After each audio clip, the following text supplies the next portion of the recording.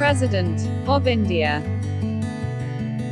The President is elected by members of an electoral college consisting of elected members of both houses of parliament and legislative assemblies of the states in accordance with the system of proportional representation, by means of single transferable vote. To secure uniformity among state intache, as well as parity between the states as a whole, and the Union, suitable weightage is given to each vote. The President must be a citizen of India, not less than 35 years of age, and qualified for election as member of the Lok Sabha. His term of office is 5 years, and he is eligible for re-election. His removal from office is to be in accordance with procedure prescribed in Article 61 of the Constitution. He may, by writing under his hand addressed to the Vice President, resign his office. Note: under the draft Constitution, the President occupies the same position as the King under the English Constitution. He is the head of the state but not of the executive. He represents the nation but does not rule the nation. He is the symbol of the nation. His place in the administration is that of a ceremonial device on a seal by which the nation's decisions are made known. President's power to appoint. 1. Prime Minister of India. The Prime Minister of India, Bharat Ki Pradhana Mantri, is the leader of the executive of the Government of India. The Prime Minister is the chief advisor to the President of India and the head of the Union Council of Ministers. They can be a member of any of the two houses of the Parliament of India, the Lok Sabha, House of the People, and the Rajya Sabha, Council of the States, but has to be a member of the political party or coalition, having a majority in the Lok Sabha. 2. Attorney General of India. The Attorney General of India is the Indian government's chief legal advisor, and is primary lawyer in the Supreme Court of India. They can be said to be the advocate from government's side. They are appointed by the President of India on advice of Union Cabinet under Article 76(1) of the Constitution and holds office during the pleasure of the President. They must be a person qualified to be appointed as a judge of the Supreme Court. They must have been a judge of some High Court for 5 years or an advocate of some High Court for 10 years or an eminent jurist, in the opinion of the President, and must be a citizen of India. Note: the 15th and current Attorney General is K. Venugopal. He was reappointed by Ram Nath Kovind, the President of India. He was formally appointed as with effect from the 30th of June 2017 and shall have a tenure of 3 years. 3. Controller and Auditor General of India.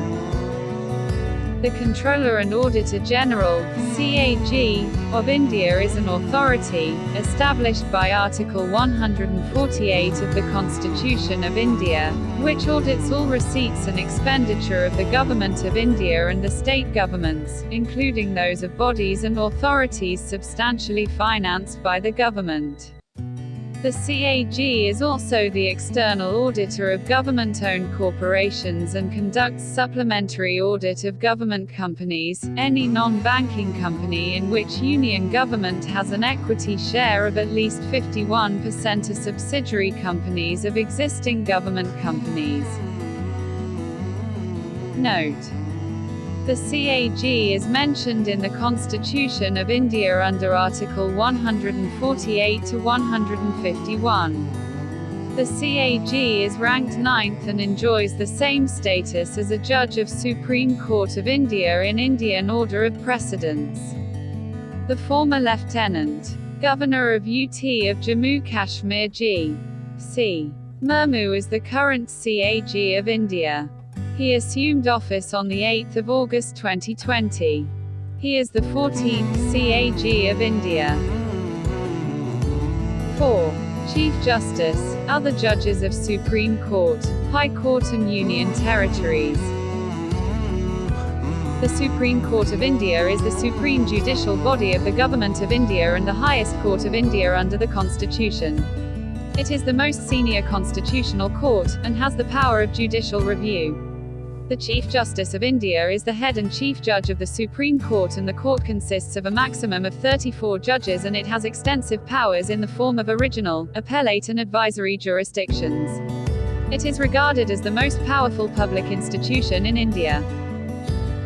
Note: in 1861, the Indian High Courts Act 1861 was enacted to create high courts for various provinces and abolished Supreme Courts at Calcutta, Madras and Bombay, and also the Sadar Adalats in presidency towns in the respective regions. These new high courts had the distinction of being the highest courts for all cases till the creation of the Federal Court of India under the Government of India Act 1935. 5. Governors of State. The governors of the states of India have similar powers and functions at the state level as those of the President of India at union level.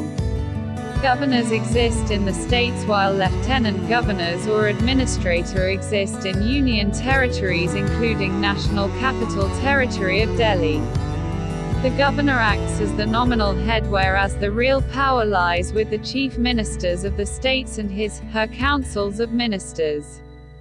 Although, in union territories, the real power lies with the lieutenant governor or administrator, except in NCT of Delhi, Puducherry and Jammu and Kashmir, where she shares power with a council of ministers headed by a chief minister.